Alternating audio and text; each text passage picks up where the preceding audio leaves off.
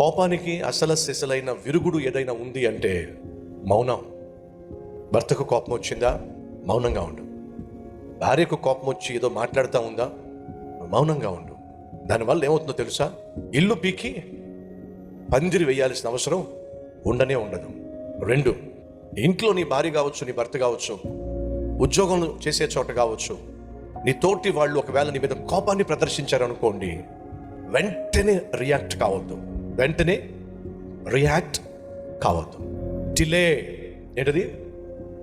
Delay is the best response to the anger. కోపానికి సరైన జవాబు ఏమిటంటే సాగతీత వ్యవహారం. వెంటనే జవాబు ఇవ్వకండి, కొంచెం టైం తీసుకోండి. ఎవడైనా కోపంగా మాట్లాడుతున్నప్పుడు నువ్వు వాడికి సమాధానం ఇచ్చే ప్రయత్నం చేస్తే నువ్వు కోపంగా మాట్లాడతావు.